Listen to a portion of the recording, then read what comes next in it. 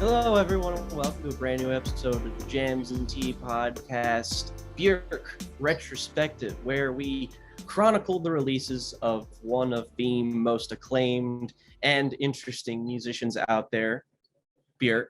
Not last week, 2 weeks ago, we covered her very controversial, but I think most people are slowly coming around on the fact that it is a pretty good album. We covered Biophilia, an album with no shortage of interesting things to talk about. And now we are, of course, covering the follow-up to that, Vulnicura. And of course, with Riley and myself, we are once again joined by Jakob Sanchez. And Vulnicura, like Biophilia, has a whole lot of stuff surrounding it contextually. So, Riley, what was going on around this particular time period in the world of Miss Good? Well, as we'll know, kind of charting the career progression of Björk up to this point, she's kind of been in the wilderness a little bit in terms of leaning into some of her most esoteric tendencies, these big concept records like Biophilia, or really strange and maybe less successful flirtations with more unusual sounds on records like Volta, and she's started to become, I think, associated with, I don't want to say gimmickry, but like with records like Medulla and Biophilia, I think in the general public consciousness, Björk was still beloved and still received really, really glowing reviews for most of her records, but I think was beginning to be seen in a more two-dimensional way.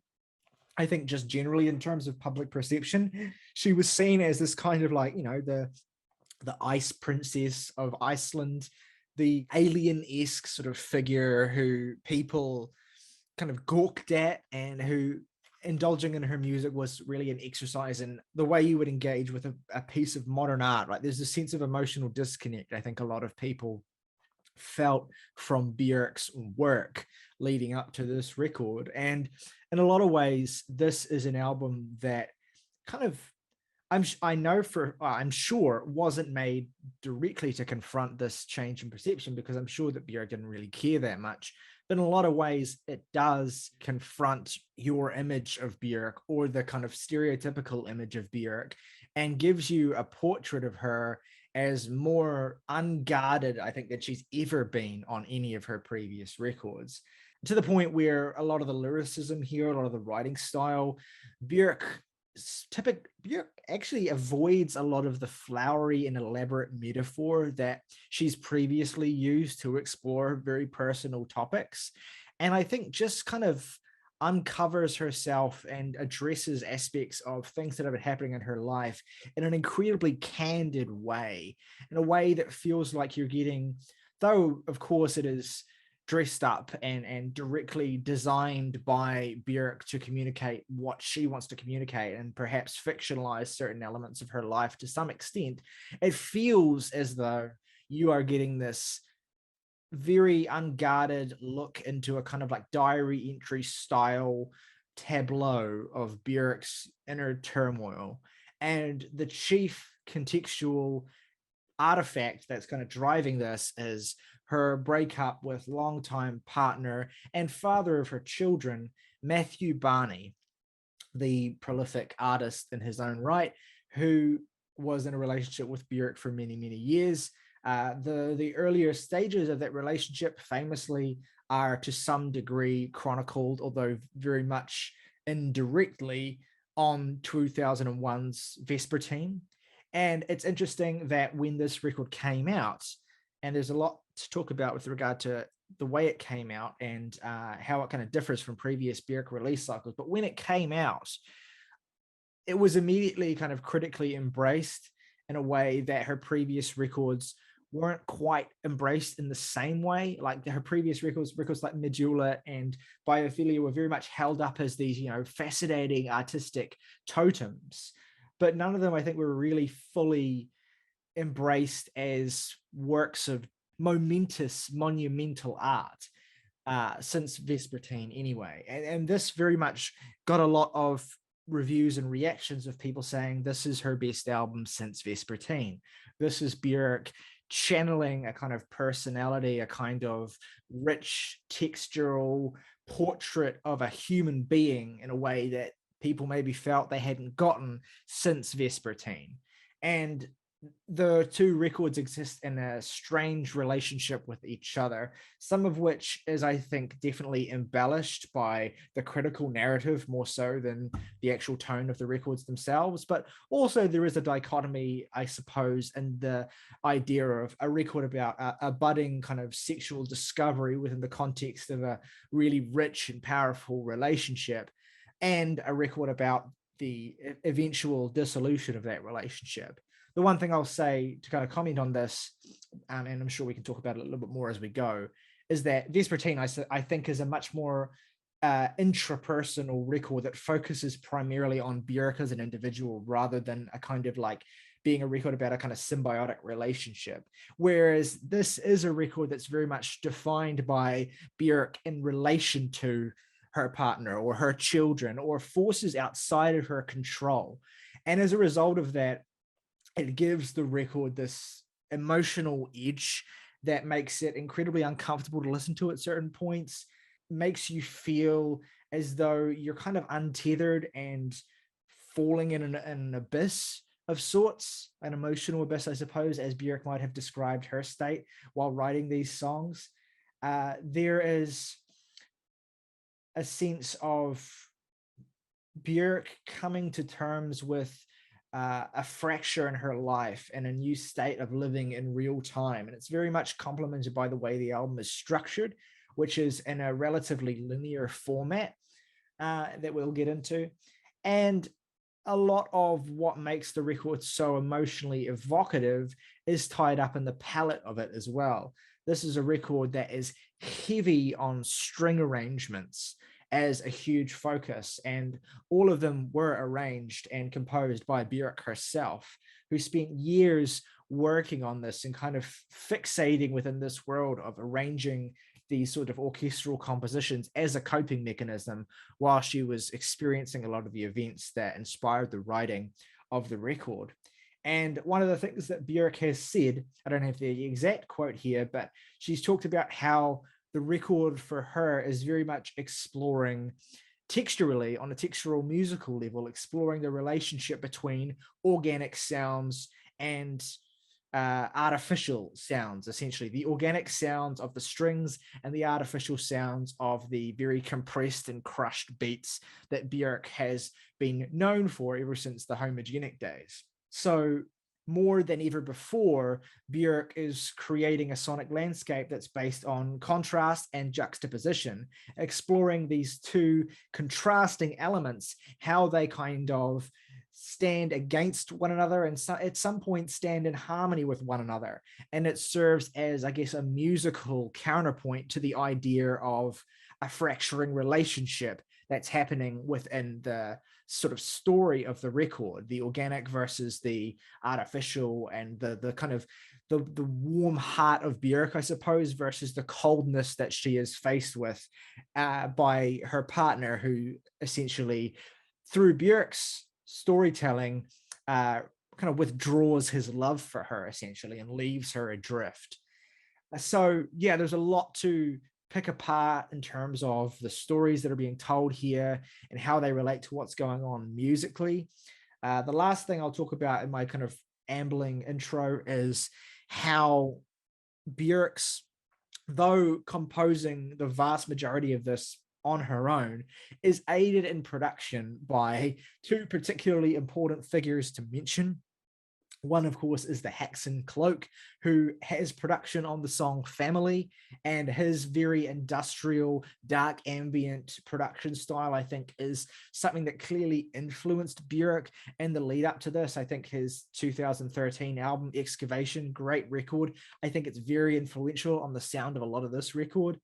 And the other big collaborator who is even more present is Arca, who has a co-production credit on 7 of the 9 songs here. And the vision of whom I think is very clear in terms of a lot of how the record sounds, in terms of a lot of the textures that are incorporated in terms of electronics here, and the general hugeness of the production here. I was very vocal about how much I love the production on a record like Biophilia, how kind of the skeletal and kind of brittle electronic tones there are so well realized and so fulsome. But I have to say, the production here almost puts that to shame. This is one of the richest and most fulsome sounding Björk records, maybe the most rich and fulsome sounding Björk record released up to this point.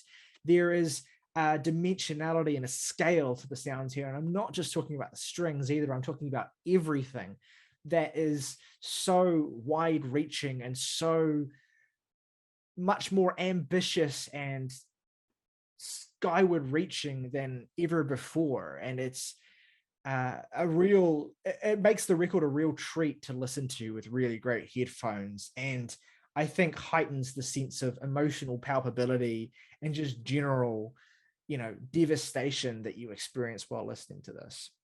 There's a lot more to talk about in terms of context and how it was released and all that sort of thing, but I think that's a good enough intro, and I'd love to hear from the two of you now on what your experiences with this record, at what point you came to it, I suppose, in your Björk journey, and what you feel while listening to this thing.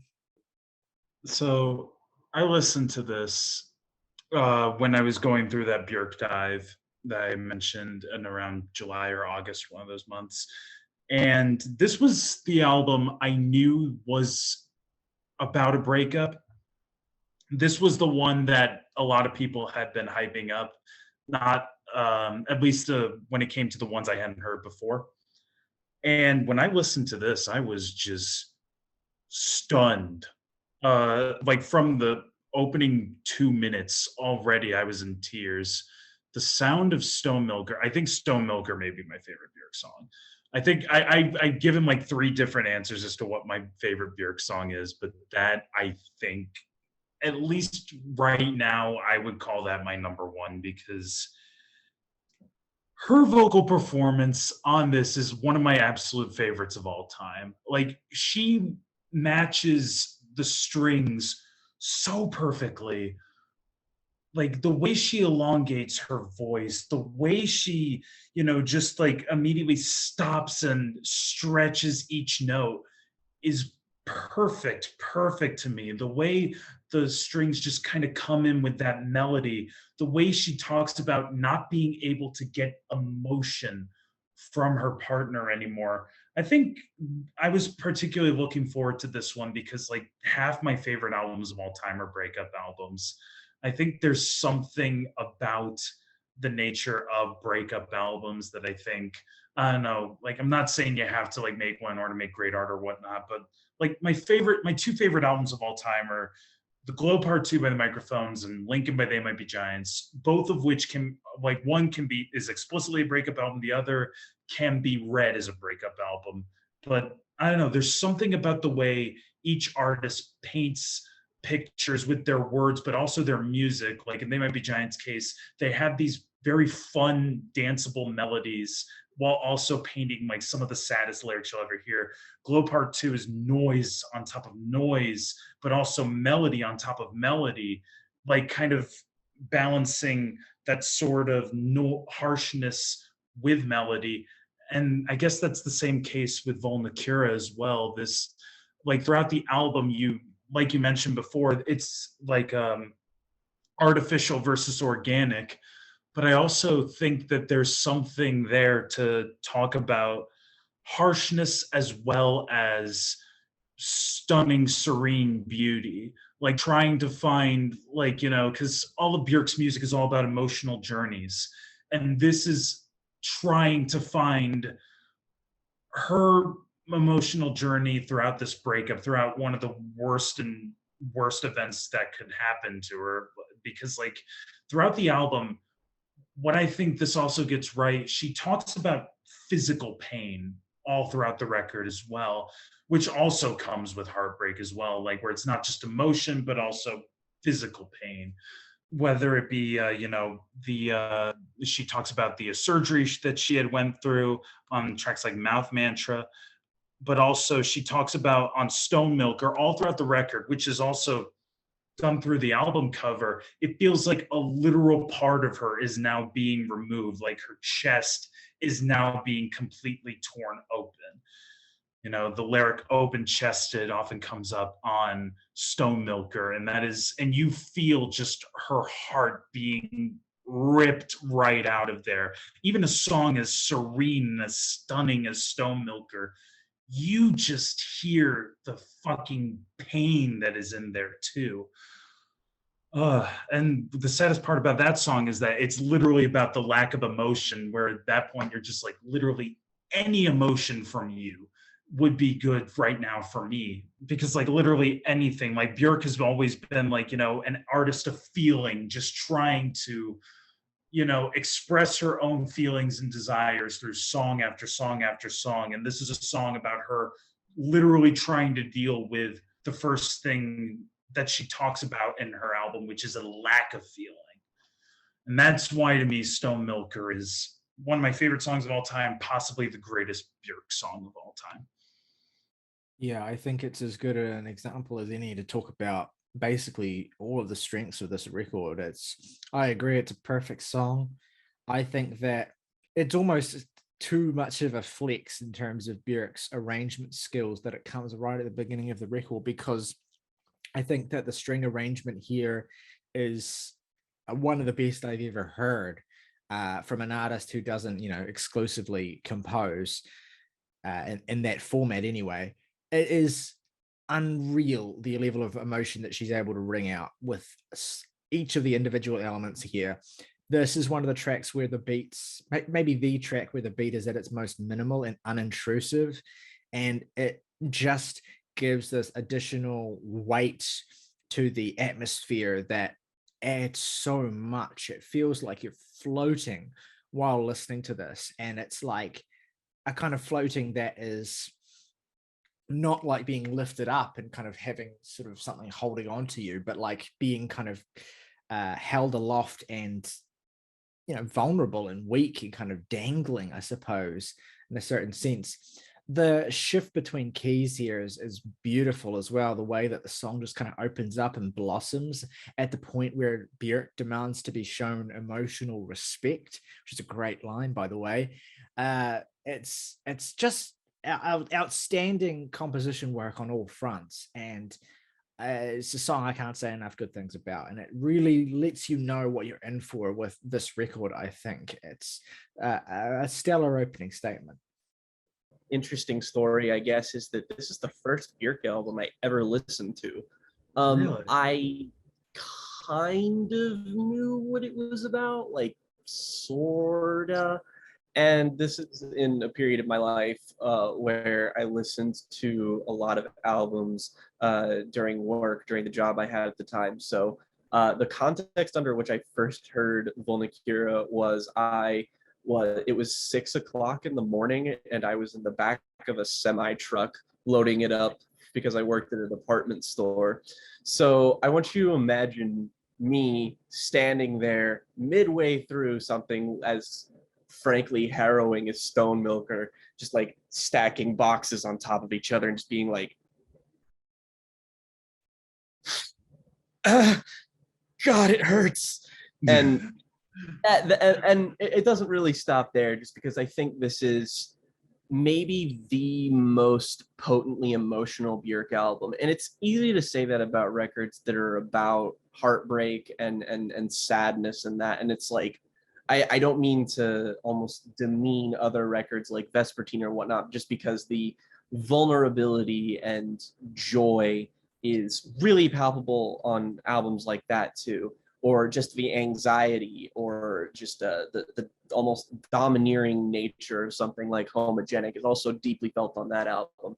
But I definitely think that it's like Björk had been building up her sonic arsenal to the point where her artistic trajectory and her personal trajectory were just inevitably going to collide somewhere. And for as much as we've espoused the virtues of albums like Medulla, an album I do narrowly like more than this, or albums like Biophilia, an album I only really narrowly like less than this, this record is something special just because it did kind of, as Riley said, manage to win back a lot of people just because of that tangible emotionality. It kind of grounds it in something that's a bit easier to understand, even though I think musically this is no less occasionally oblique than what she's been doing. Again, the arc of production on this album is just positively sublime. Like, she is at a point in her trajectory where she's so confident in her abilities that she can't really put a foot wrong. Like, there's no sense of, like, on an album like Volta, for example, where you can kind of feel a sense of artistic fragility. You kind of feel that lack of direction on there, which is just the complete opposite here. You manage to feel this palpable heartbreak as she occasionally, honestly, she's got like some moments on here, like Stone Milker, where her really earnest lyrics are just kind of inviting. They take you in, they make you feel what she feels. And then immediately you get something like Lion Song, which I think is way more obliquely written than something like Stone Milker. And it's just, it's like dizzying and disorienting, and you don't really know how to feel. And then you kind of arrive at the conclusion of, oh, that's how she feels. And now I feel that way too. I get it.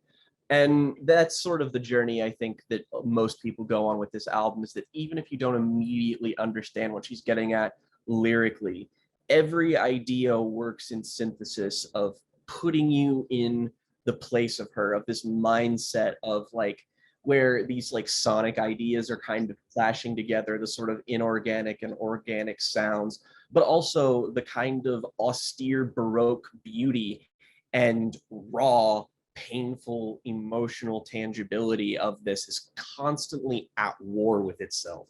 There's just a lot of clashing sensibilities here, but never in a way that feels chaotic or messy. It's always in a way that feels deliberate and stark and beautiful, in a way that kind of evokes this album's album art, which is probably my favorite Björk album cover. I've always just been taken with how plain that sort of white yellow gradient is, and the weird ass costume that she's wearing.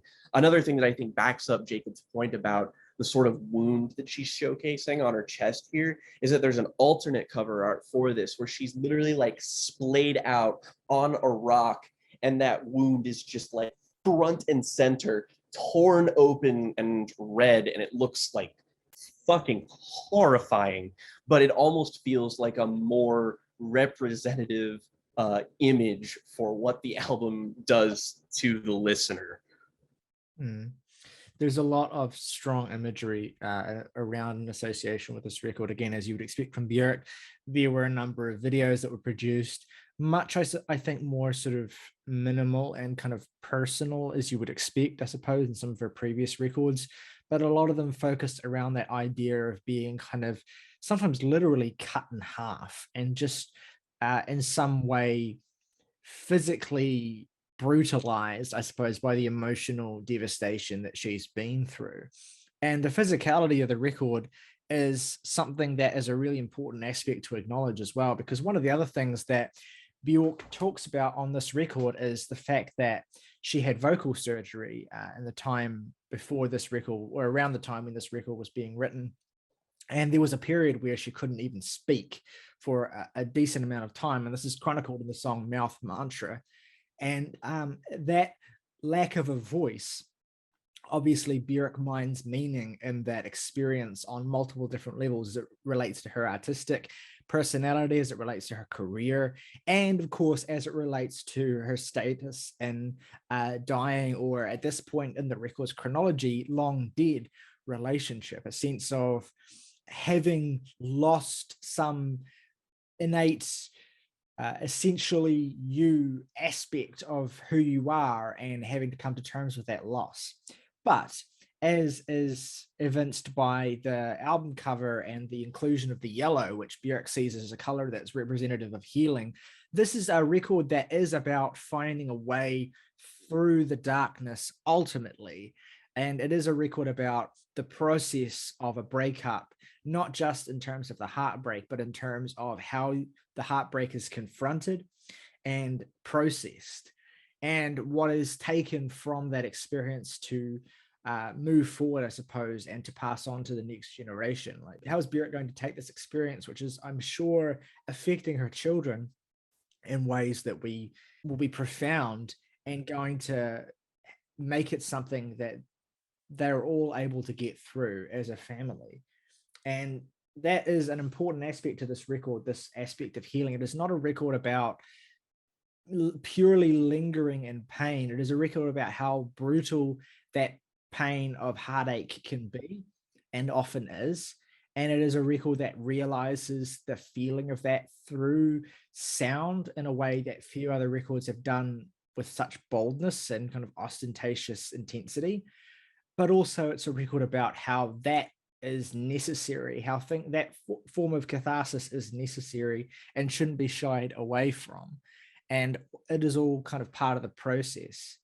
One of the most underrated, I think, songs on this record, personal favorite of mine, is History of Touches, the third track here, which I think is a very crucial moment in the narrative that's being spoken. And it kind of begins a run of 3 songs, I think, that are at some of the most emotionally intense and meaningful on the record. And this is kind of the moment where Björk realizes essentially that her marriage, her relationship is doomed, and that the love that she once felt is now kind of one-sided. And as Björk herself says in the song, that she doesn't care. I think it's a different song, but she says that in Line Song. She says that maybe he'll come out of this, maybe he won't. Either way, I don't really care. Or she feels a certain sense of apathy to it, which is telling to her that, you know, the relationship really isn't meant to last anymore. But History of Touches has this absolutely gorgeous soundscape, a very abstract Arca-esque soundscape that is obviously Arca, I assume, had a good sensible hand in, because it sounds like a lot of her early mixtape work.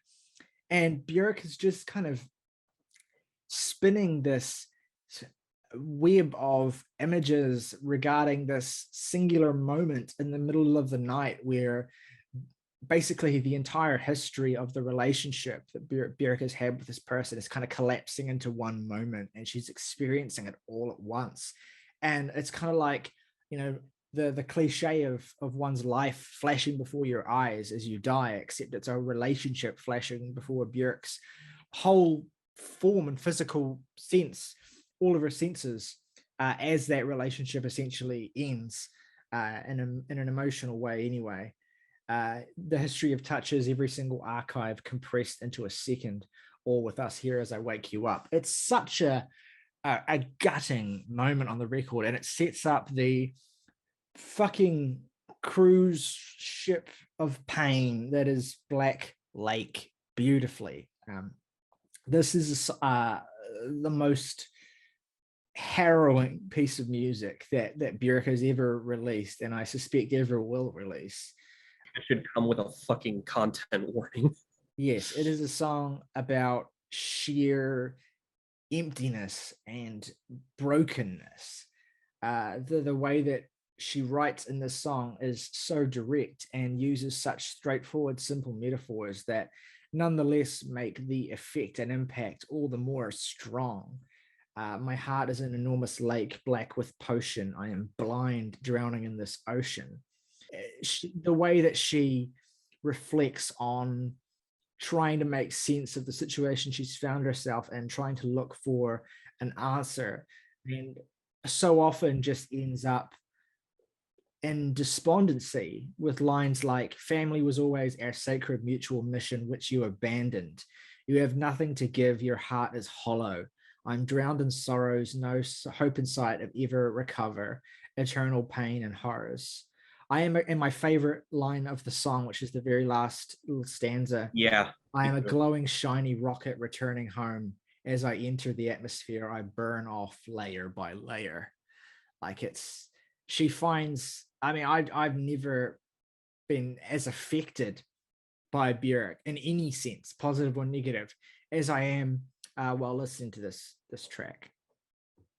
There's a line in there too that I really enjoy. You fear my limitless emotions. I am bored by your apocalyptic obsessions.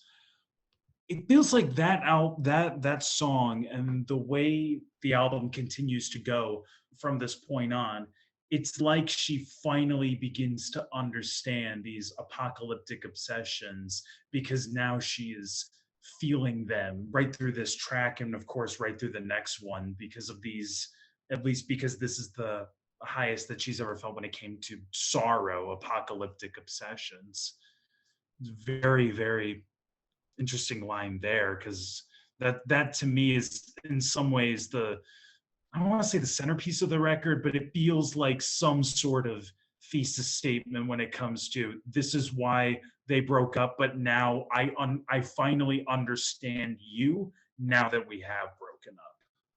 Yeah, it's a reckoning with all of the painful emotions that you experience in the wake of a long-term relationship ending, the sense of betrayal, the sense of self-blame to a certain extent, the sense of utter hopelessness that it all kind of boils down to. I don't know that any song has ever really communicated the complexity and enormity of all of those things, especially when it's in the context of a relationship that has taken up a significant proportion of your lifetime and that has born your children. Like the enormity of that, you know, it's something I mean, as someone who doesn't have children, I can't possibly comprehend that.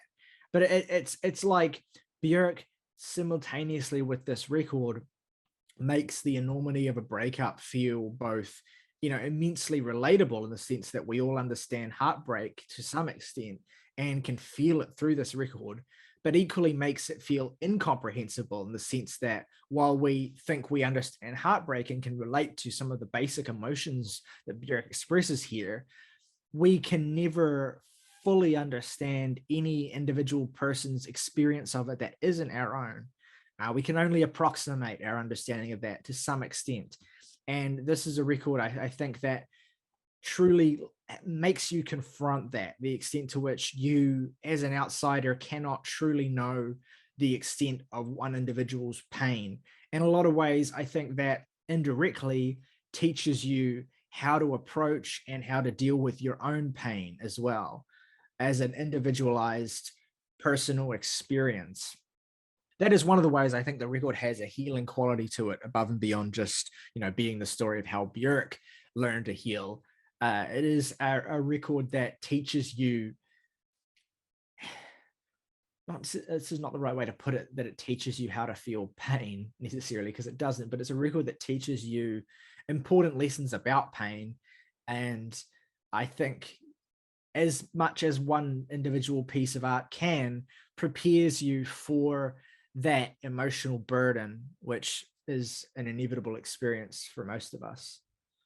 Another thing about Black Lake that it just can't be undersold is just, I know we talked about the strings and the arrangements on previous songs here, but the strings on here are like film score sized, and they're just pulsating like a slowly beating heart on here, and they're just the saddest this particular like instrument has ever sounded. Like lyrically it's an insanely evocative track, but I feel like if it was just the instrumental, you still feel that level of just overwhelming pain and sadness. You just want to curl up into a ball every time you hear any specific part of this, which almost creates a bit of whiplash into what is my favorite song on here, which is Family, which is difficult to designate as my favorite just because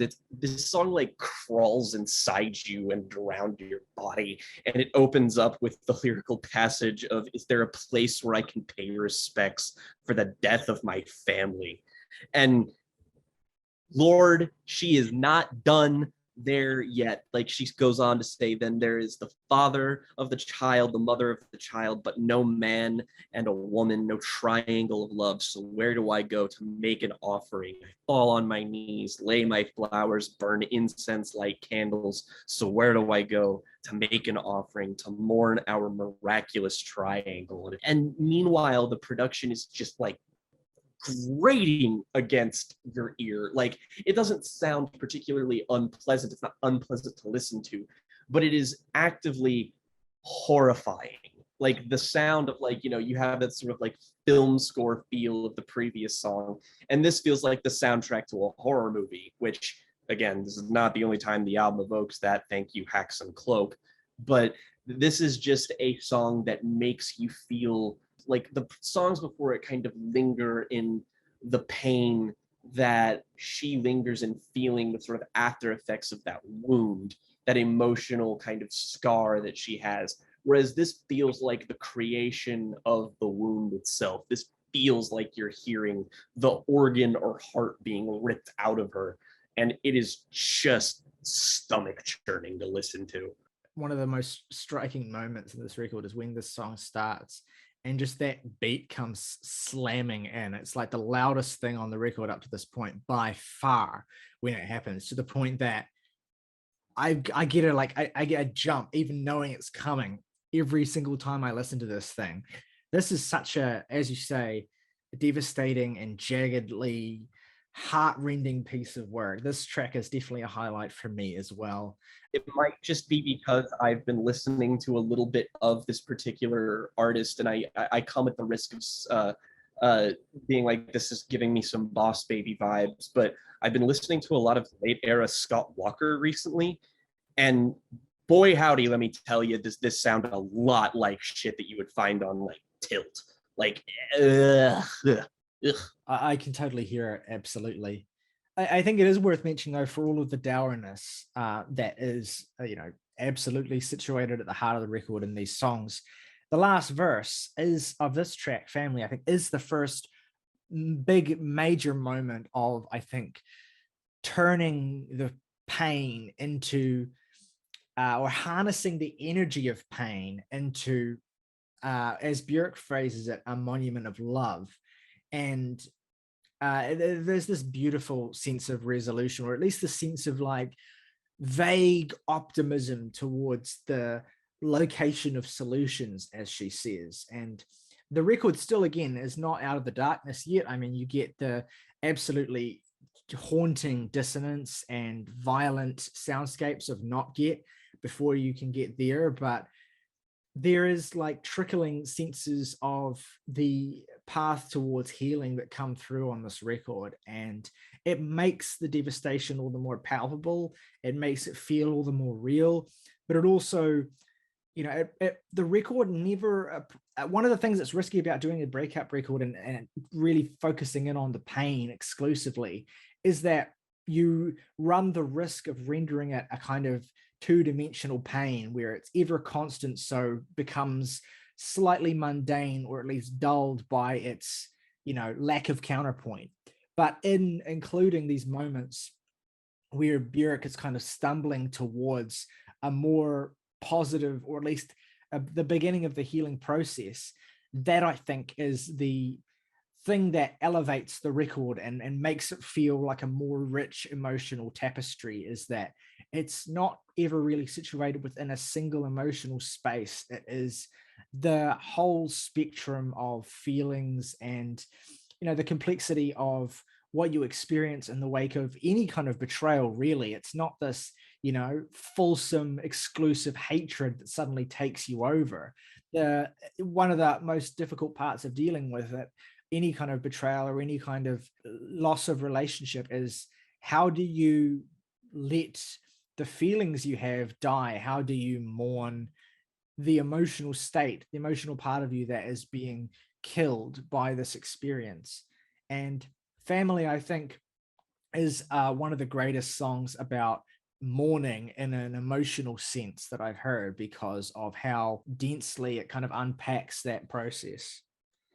And then on a track like Not Get, like Afterwards, which has one of my favorite lyrics in the whole record, which is, if I regret us, I'm denying my soul to grow. Don't remove my pain, it is my chance to heal. Which that is a extremely, like, that is a fucking raw line. I love that so much. Cause then it's just like trying to like that also, you start to see like, okay, she's moving further into some sort of, all right, like everything is starting to get behind me, but I can't regret this because like it's too deep into my life. But I also have to learn from everything that's happened and what to avoid in the future when if I do decide to, put somebody into my life again. And it's Not Get, it's just such a beautiful goddamn song too. And again, another song about just understanding your partner's fears now that you're experiencing them, which is the tragic irony of the album, in my opinion. Yeah, I think a lot of this song really approximates that sense of having this kind of anxiety and pain in your chest about the uncertainty of the situation and of the future. And I think the very dissonant string arrangement and the just sense of rattling inconsistency to the drums as well beautifully kind of represent that through sound. You get a real sense of how kind of uprooted Björk is and how intangible her understanding of her own emotional state is and her grounding to the world around her. It's a really anxious and just painful song to listen to. And I think it communicates that sense of anxiety and panic so well and so beautifully. And the way that she sings, she has this lyrical motif of being safe from death across this song. And the way she sings that, the way she sings "Safe from Death," she just really drags that line into this horrible, dark place. It always feels like it feels like it's deathly and haunted the way she delivers it every single time, especially at the end of the song as well. It's just so skin crawling. If I can just slightly go back to the very end of Family, I think one, like you sort of note that it's a sort of push in the direction kind of away from that like total immersive darkness. What I love about it is she says, I raise a monument of love. There's a swarm of sound around our heads and we can hear it and we can get healed by it. It will relieve us from the pain. It will make us a part of this universe of solutions, this place of solutions. And I love that particular phrasing of it, as if to say that, like, when you get and talk about emotions like this and experiences like this, you kind of get tunnel vision, right? Like you kind of see only one way out. You sort of see like the solution to my problem is the opposite of whatever caused this. And then you sort of spiral because that's not going to happen. Whereas the growth goes from the fact that it's like you finally realize that there's not one way out of this situation. There are a billion different ways out of the situation. You just have to take it upon yourself to figure out which one of them to choose. And that in and of itself is difficult, but it is so much more hopeful and so much more multifaceted and interesting than the typical message of, heartbreak, bad, getting better, difficult, blah, blah, blah. But like, not that stuff isn't valid, not that stuff isn't resonant, but I just find it really interesting. And I find that to be maybe the most moving lyrical passage that Björk has maybe ever written. It's just the one that I get the most out of from this deep and dark of an experience, the deep and dark of a song. And then it kind of allows a bit of a bounce back as you sort of get this sequence of songs that feel really different than what came before it. I think that it does feel sonically cohesive, but just in a way that makes you feel like you really do get something distinct out of every piece of music here, whether it's one of the long 8-minute long pieces or whether it's one of the more brief 3 or 2-minute long pieces. There's always something substantial to get out of this, something multifaceted. And this feels to me that even though it's the most difficult to process emotionally, Björk album is that it totally feels like it's the most rewarding. There's a depth here that her other music totally has, but it never in a way that makes me almost excited to revisit it and to feel like I appreciate it more. Like I can always go back to something like Biophilia and feel like, oh, I kind of get a little bit more out of this than before. Whereas I go back to something like Vulnicura and I'm just like, whoa, that entire experience felt transformative in a way that it totally didn't the last time that I listened to it. So it's just an album that feels very immersive in a way that maybe she hasn't quite been up until this point, in a way that, like, maybe Vespertine, I guess, is the best, funnily enough, comparison to it, but it is very much diametrically opposed to it emotionally, even though it's like, I feel like people kind of unfairly pigeonhole this as like the sad Björk album, and Vespertine is like the happy Björk album. Whereas I think there's like a lot of anxiety on Vespertine that is just like vulnerability of just like, is this going to last? And like, how can I enjoy this? And like, there's a lot more happening there. So there's a polarity between these two experiences, but that polarity is so much more complicated than people give it credit for. Yeah, I mean, there's anxiety and vulnerability on Vespertine, but there is also beauty and hopefulness on Vulnicura. I mean, you only need to look at a song like Adam Dance, which is very much a turning point on the record in terms of moving forward and progressing. And there's sentiments on the song that Björk expresses that are so kind of, unexpectedly sort of life affirming, and find ways to take pain and, I guess, the death of love and not minimize the reality of that, but find within it a truth about the natural state of living and about the natural state of, the ebbs and flows of life itself, right? Our hearts are coral reefs in low tide. Love is the ocean we crave. Restlessly turning around and around, I am dancing towards transformation. Learning by love to open it up, let this ugly wound breathe. We fear unconditional heart space healed by Adam Dance. Again, the lyrical style here, the way that Björk writes here is beautiful. She is complemented gorgeously by the wonderful Anoni, who has vocal appearances on this track. Longtime listeners may remember Anoni's guest appearances on Volta as well. She's utilized, I think, even more strongly here, and provides this great counterpoint to Björk, this additional layer of, I guess, feminine comfort that she provides Björk as well, this sense of communion and companionship. I mean, no one is a lover alone, as they both say.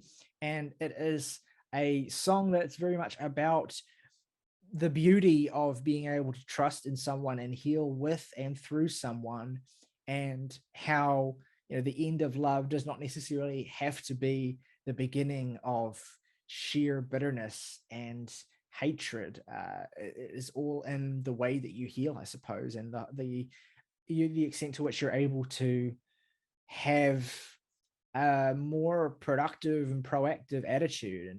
And Björk doesn't pretend for a second that it's easy, but she does make it feel necessary and beautiful and life affirming, to be honest. Like it's a real gorgeous track. I mean, the music here and the synthesizers and the textures that are used really give you this much warmer, more organic feel. It's beautiful. It's an absolute highlight of the back half of the record, I think. Anoni on this track too, and you think of also just the song being about friendship and whatnot, and finding life in other people as well. I'm going to present a theory also about this track as well. Also, I often think about how the last record, Biophilia, was the last one produced with Mark Bell. And you have with this record a brand new collaborator, somebody in Arca, very, very talented artist. And something like Adam Dance, I often wonder, with music being, with, of course, dancing being such a motif on this song, and, part of the title of the song, and being connected to music, I often wonder, I often wonder if that's also about finding a new partnership with Arca as well, in terms of musical partnership, finding somebody Mhm. who excites her the same way that Mark did as well when they would work together, or Anoni as well, somebody who has been, a very strong presence on Volta and is also just amazing, amazing on this track.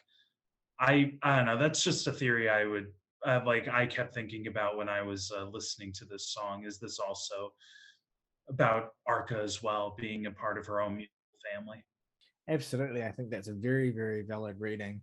And I think even with the title as well and some of the lyrical motifs Björk evokes, the concept of quantum entanglement as well, the idea of particles or things that are separate from one another that have no physical connection, yet that move in tandem or have a kind of symbiotic relationship where they affect each other from a distance.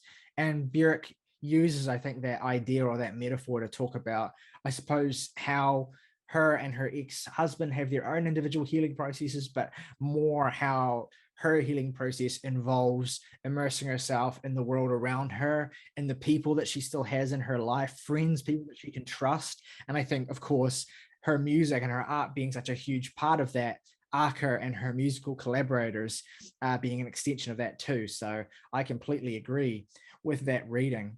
Quicksand, the closer here, talks about Björk's relationship with her mother and the idea of generational pain, generational feminine pain as well, how Björk feels she needs to prepare her daughter for the future and what she will experience, but also how she feels that the previous generations have an obligation to lay that groundwork, and that when they don't lay that groundwork appropriately, it's a betrayal of femininity. There is this great line about where she talks about our mother's philosophy feels like quicksand, and if she sinks, I'm going down with her. And that is, I think, the core of this idea of the need for feminine solidarity, I suppose, but also that sense of communication to continue and that sense of healing. And it is a really powerful moment in the record on. And I think it's also meaningful that it's one of the two moments in the record that is entirely self-produced as well, with a sampled beat that Björk has made up herself that interestingly is the closest on the whole record to some of the sound earlier points in her career where her beats and her production had a kind of more rough and almost lo-fi feel to them on records like Post, for instance. It feels like a really kind of like a full circle coming moment where, you know, Björk is kind of shedding a lot of what dresses the record up and just kind of being more intimate here in a strange way, despite it being such a noisy track. God, the beat on this song is so fucking good. It's hard as hell. It's hard as nails. What an odd way to end the record too. Like, it works, but it's also just like only Björk would do this. It's just like, I guess, like, leave the audience dancing after they cry, I guess. Yeah, and that, I mean, what you just said, that's a good way of, I guess, describing the whole point of the record is essentially is to leave you dancing after you cry. Like, it's not productive to just cry. It's productive to cry and understand why we're crying. And part of why we're crying is the healing, is the moving forward, is the responding to pain. And yeah, I will say, like, this was the first Björk album rollout, not the first album rollout I was cognizant of, because I've been a fan of Björk since I was a little kid, but like the first album rollout I was really experiencing, following, like, you know, emotionally invested and involved in. And it was such a strange rollout too, because the album actually leaked 2 months before it was supposed to be released. And so Björk just released it on digital anyway, straight away. And that was in January of 2015. And I remember the first time I listened to it, because it was like a YouTube rip or something. And I was so weirdly alienated by this record, and I don't think I really fully was able to get on board with it. And it was like that for a long time, strangely enough. And then, you know, as I've gotten a bit older and experienced heartbreak more, and just, I guess, come to understand the three-dimensionality of what Björk is communicating here, how it's much more complicated and rich than just I am suffering, I've come to appreciate it more and more and more. And yeah, I think to some extent, the record maybe gets a little bit minimized now because of how hyped up and like, you know, rapturous the response was to it when it came out. It can, I've seen, you know, it draw certain, you know, oh, it's maybe a little bit overrated. Maybe we kind of went a little bit too far when this came out because we wanted a record like this so much.